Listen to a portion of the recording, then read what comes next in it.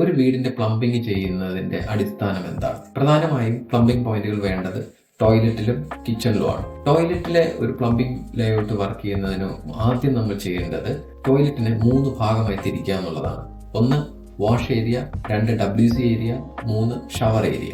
ഇതിൽ വാഷ് ഏരിയയും WC ഏരിയയും നമ്മൾ വെള്ളം അധികം നിലത്ത് വീഴാത്ത ഒരു ഡ്രൈ ഏരിയ ആയിട്ടാണ് കൺസിഡർ ചെയ്യുന്നത്. കുളിക്കുന്ന ഏരിയ ആണ് നമ്മൾ വെറ്റ് ഏരിയ ആയിട്ട് കൺസിഡർ ചെയ്യുന്നത്.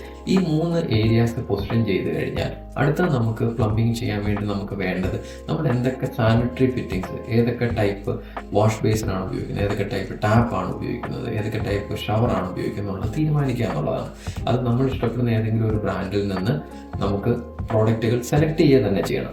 നമുക്ക് ഓരോ ടോയ്ലറ്റിലേക്കും വേണ്ട വാഷ് ബേസിൻ, ചിലർക്ക് ഗ്രാനൈറ്റിന് താഴെയുള്ള അണ്ടർ കൗണ്ടർ വാഷ് ബേസിൻസ് ആയിരിക്കും ഇഷ്ടം, ചിലർക്ക് ഡിസൈൻ വൈസ് കുറച്ച് ഡിസൈനർ ആയിട്ടുള്ള ടോപ്പിലേക്ക് നിൽക്കുന്ന ഒരു വാഷ് ബേസിൻ ആയിരിക്കും ഇഷ്ടം. ഏതാണെങ്കിലും ഇതിന് സെലക്ട് ചെയ്യണം. കാര്യം ഇതിന് രണ്ടിനും 2 രീതിയിലുള്ള പ്ലംബിംഗ് ആവശ്യങ്ങളാണ് വരുന്നത്. അപ്പോൾ ആദ്യമേ അത് നമ്മൾ ഫ്രീസ് ചെയ്യുക. WCയുടെ കാര്യത്തിൽ തന്നെ ചില WCകൾ വാൾ ഫിക്സിംഗ് ആണ്, ചിലത് ഫ്ലോർ മൗണ്ടഡ് ആണ്. അപ്പോൾ ഇതെല്ലാം ഡിസൈഡ് ചെയ്താൽ മാത്രമേ നമുക്ക് എവിടെ വാളിലാണോ ഫ്ലോറിലാണോ പോയിന്റ് ഇടേണ്ടതെന്ന് നമുക്ക് തീരുമാനിക്കാൻ പറ്റത്തുള്ളൂ.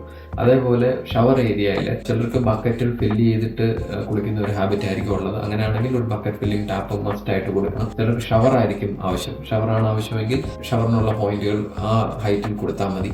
ചിലർക്ക് അതിൽ ഹാൻഡ് ഷവറും കൂടെ ആവശ്യമുണ്ട്. ഹാൻഡ് ഷവറും കൂടെ ആവശ്യമുണ്ടെങ്കിൽ അതിനുള്ളൊരു എക്സ്ട്രാ പോയിന്റ് നമ്മൾ കണ്ടെത്തേണ്ടതുണ്ട്. അപ്പൊ ഇങ്ങനെ ഒരു ടോയ്ലറ്റിൽ നമ്മൾ എന്തൊക്കെ പ്രോഡക്റ്റുകൾ ഉപയോഗിക്കുന്നു എന്ന് തീരുമാനിക്കുകയും എഴുതി ഉണ്ടാക്കി ഒരു ലിസ്റ്റ് ഉണ്ടാക്കുകയും ഏതെങ്കിലും ഒരു ബ്രാൻഡിൽ നിന്ന് ഈ പ്രോഡക്റ്റുകൾ സെലക്ട് ചെയ്യുകയും ചെയ്തിട്ട് മാത്രം പ്ലംബിങ്ങിന്റെ ഒരു പ്ലാൻ ഉണ്ടാക്കുകയും പ്ലംബറോട് പൈപ്പ് ലൈനുകൾ ചെയ്യാൻ പറയുകയും ചെയ്യുന്നതാണ് ശരിയായ സമീപനം.